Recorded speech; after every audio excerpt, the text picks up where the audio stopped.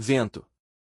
Os ventos da Amazônia Legal são influenciados pelos grandes sistemas climáticos e pela geografia da área. Os ventos alísios são os principais fatores que afetam a Amazônia, assim como a circulação de brisa fluvial. Os ventos alísios sopram de forma contínua do Atlântico para o interior da Amazônia, predominantemente de leste para oeste.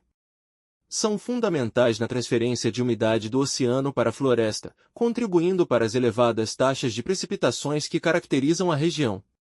A circulação da brisa fluvial ocorre devido à existência de grandes rios, como o rio Amazonas. Durante o dia, as águas dos rios aquecem de forma menos rápida que a terra, o que faz com que o ar frio e úmido dos rios se mova para as áreas mais quentes da floresta. À noite, o processo se inverte, com o ar mais frio da floresta se deslocando para os rios. Portanto, os ventos também têm um papel crucial no clima, na distribuição de sementes e no transporte de umidade na Amazônia. Por fim, este território tem um regime de ventos influenciado por fatores como a topografia, a presença de grandes rios. Clima.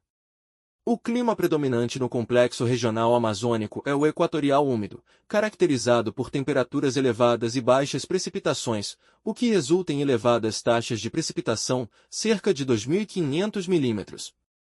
A temperatura é relativamente estável, variando entre 25 graus Celsius e 28 graus Celsius.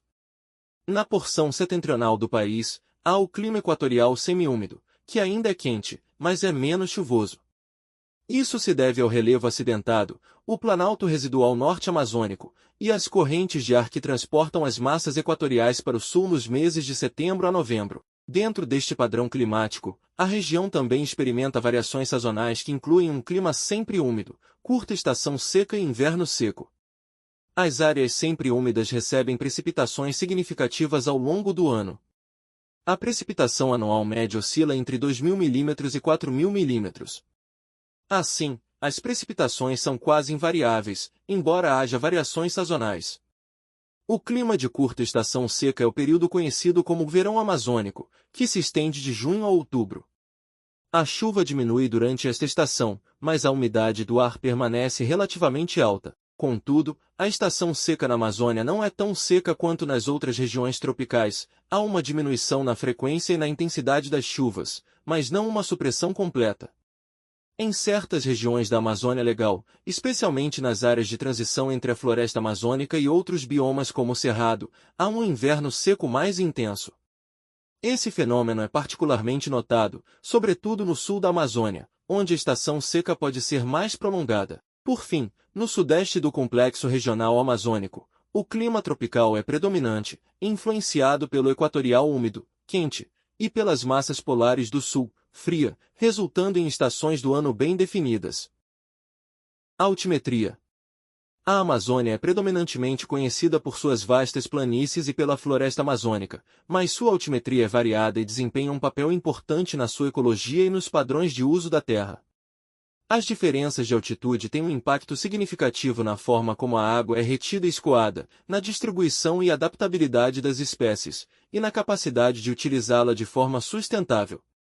Em torno das bordas da bacia amazônica, principalmente nos estados do Acre, Rondônia e Roraima, encontram-se os terrenos mais elevados que variam entre 200 a 500 metros de altitude. Estas áreas apresentam uma topografia mais ondulada e algumas formações de planaltos. Ao contrário do que se pensa, o relevo da Amazônia apresenta três formas distintas, indo desde altas altitudes até planícies. Existem três tipos principais: depressão, que é uma superfície com uma inclinação leve de 100 a 300 metros, formada por processos erosivos prolongados. Planalto, que é uma superfície irregular com uma altitude acima de 300 metros, que resulta de processos erosivos sobre as rochas cristalinas, também conhecidas como metamórficas ou sedimentares. Os morros, serras e chapadas são, na maioria das vezes, de baixa altitude, devido às planícies fluviais dos rios Amazonas e Araguaia, bem como as depressões. No extremo norte da Amazônia, há uma pequena área de planalto, planaltos residuais norte-amazônicos, e uma grande depressão, depressão marginal norte-amazônica.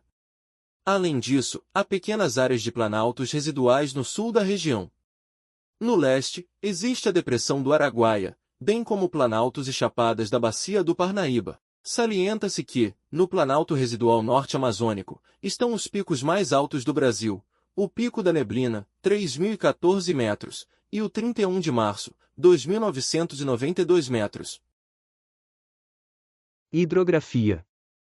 Ao se referir às águas da Amazônia, muitas pessoas se concentram apenas nos seus rios, pois a região é completamente cortada pelos seus diversos rios e igarapés. Esses são os primeiros que nos vêm à mente quando o chamamos de Amazônia.